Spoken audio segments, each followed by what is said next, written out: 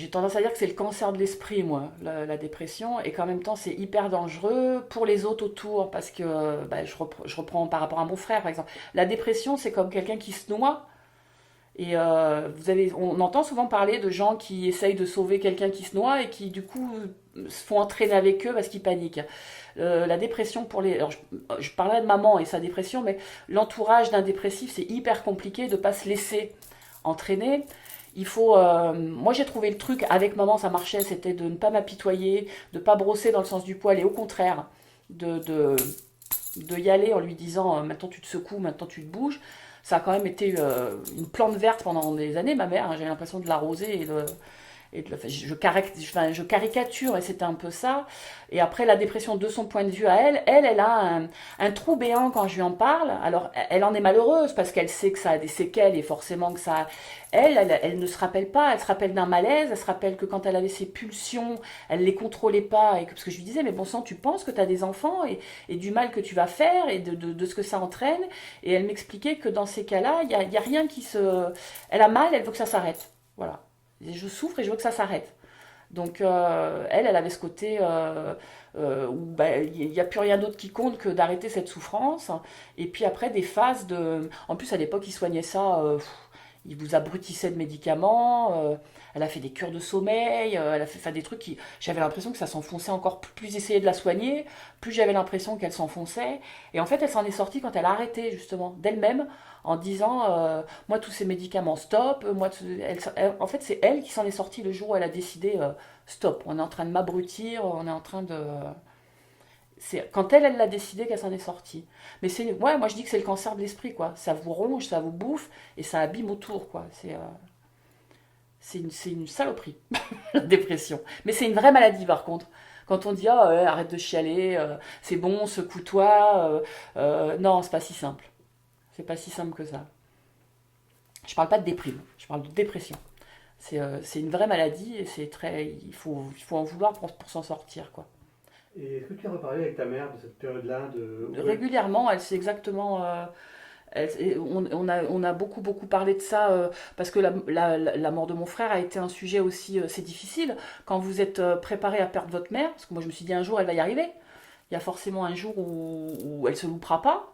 Bon, il y a eu des appels sur les 10 tentatives, 19 tentatives, il y a eu des appels au secours où c'était pas une réelle envie de mourir, mais il y a eu des vraies tentatives où elle est passée vraiment à chaque fois à ça. Donc moi, quelque part, inconsciemment, on se prépare, je me suis dit, un jour elle va y arriver, donc un jour tu vas perdre ta mère. Mais perdre mon frère, j'étais pas prête, moi. Ça a été hyper violent, et il y a eu cette espèce de... Alors c'est là où j'ai pas besoin de psychanalyse, je l'ai fait toute seule, mais j'en ai voulu à ma mère d'être en vie à un moment, alors que lui, non. Moi, le jour de l'enterrement de mon frère, quand on a descendu mon frère dans le trou, j'avais ma mère à côté, mais c'était abominable, quoi. Il y avait un truc de pas logique, il y avait un truc de pas normal. Et ma grand-mère, quoi. Enfin, c'est pas logique, il y avait un truc de pas logique, de pas normal, etc. Et donc, il a fallu pendant quelques temps que je me batte avec cette. J'en voulais. Alors, je me comprends quand je dis j'en voulais à ma mère. Hein. Celle qui a souffert le plus, c'est certainement elle.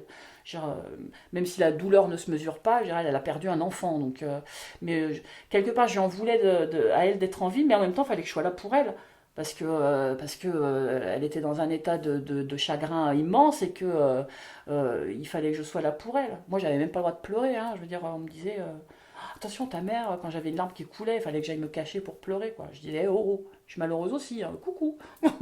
mais j'ai eu cette période-là qui était hyper compliquée à gérer. Quoi. C'est pas évident. Quoi. Donc, ouais, mais bon, donc en parler avec. Et ça, elle le sait. C'est un sujet qu'on a abordé. Comme elle sait que je lui en veux pas, elle culpabilise des fois de cette période-là où elle a pas pu être. Tenir son rôle de maman, etc. J'ai dit, t'étais malade, t'aurais eu un cancer ou une leucémie ou je sais pas quoi, on t'en voudrait pas. Donc, bon, bah, toi, t'as eu une dépression, moi, je ne t'en veux pas. Par contre, ne me demande pas de. Des fois, elle me dit que je suis un peu dure. Je dis, moi, toi, tu ne t'en rappelles pas, moi, je me rappelle. Donc, je peux pas non plus, moi, effacer tout comme ça et faire comme si tout ça, je l'avais pas vécu. Hein. Ça fait partie intégrante de moi. Mais par contre, oui, alors, on se dit tout. J'ai aucun secret pour maman et elle sait très très bien où j'en suis, ce que j'ai pu ressentir ou ressentir. De mon côté, les deux pieds dans le. Non, non, ça elle le sait, on en parle. Ouais. Enfin, c'est pas le sujet de conversation primaire, hein, mais Mais ouais, ouais, on sait très bien où on en est toutes les deux, il n'y a pas de problème. Et vous en avez parlé aussi avec ton fils? Bastien, alors il est plus protégé de tout ça. C'est pas une période. Moi, j'ai tendance à dire que la personne qui me connaît certainement le moins bien au monde, c'est mon fils. Parce que mon fils, je lui donne que le bon côté de sa mère, je lui donne que le positif de ce que je peux lui apporter. Alors, il connaît l'histoire pour mon frère, hein, parce que lui, c'est un peu comme son. Il l'a jamais connu, mais c'est un peu comme son tonton d'Amérique. Il est important pour moi qu'il fasse partie de sa vie, même s'il ne l'a jamais connu. Donc il connaît mon frère par rapport à tout ce que j'ai pu lui raconter et il connaît enfin, son histoire et ce qui s'est passé parce qu'on lui a raconté. Mais après la période de dépression de maman, alors il le sait que ma mère a été malade et que ça a été compliqué, mais je suis jamais rentrée dans les détails vraiment, etc. Et, euh, et je sais que comme ma tumeur au cerveau par exemple, c'est quelque chose qu'il n'a pas compris de suite parce que je l'ai hyper protégé du truc. Il a compris que c'était grave après, une fois que c'était passé, parce que quand il venait, je oh, pompelope, mais on doit t'opérer, ouais, mais c'est rien, c'est pas grave, il faut m'opérer de l'appendicite, c'est pareil quoi. J'ai relativisé un maximum, je le protège beaucoup de tout ça. Déjà, il a un petit côté un peu anxieux, donc j'ai pas envie d'en rajouter.